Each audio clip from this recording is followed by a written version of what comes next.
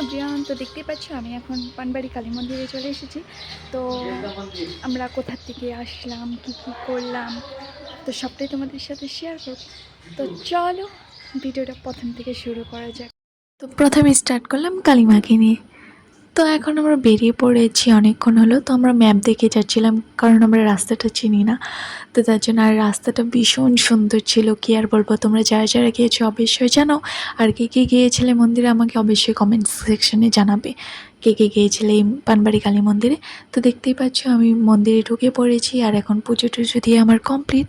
তো এখানে আমাকে ঠাকুরমশাই ফোঁটা দিচ্ছিল। তো এখানে নিয়ম, আমি ঘন্টাটা বাজিয়ে 3বার ঘুরে, তো এখন গিয়েছিলাম প্রসাদ নিতে, প্রণাম সনাম করে সব কিছু করে এখন আমরা বেরিয়ে পড়লাম। তো চলো এবার তোমাদেরকে দেখাবো মন্দিরটা একটু ঘুরিয়ে। তো এটা ছিল মন্দিরের পিছন সাইড।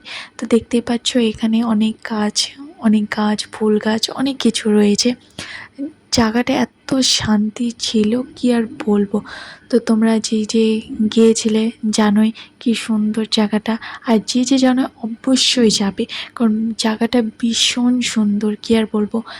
তোমরা যদি যাও তাহলেই বুঝতে পারবে কি শান্তির জায়গাটা। তো চলো আমি এখন বেরিয়ে পড়লাম। তো ভিডিওটা এই পর্যন্ত, দেখা হচ্ছে নেক্সট ব্লগে। তো তুমি